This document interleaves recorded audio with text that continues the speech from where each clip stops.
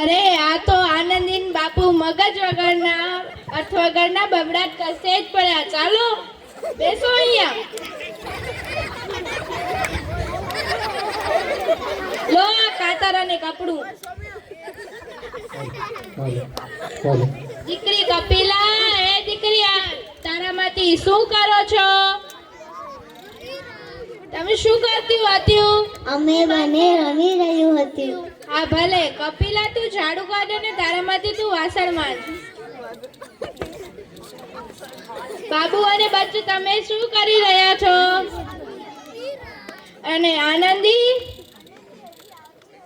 હા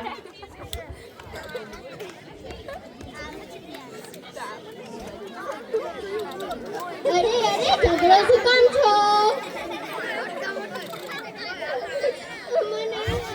મને શું કામ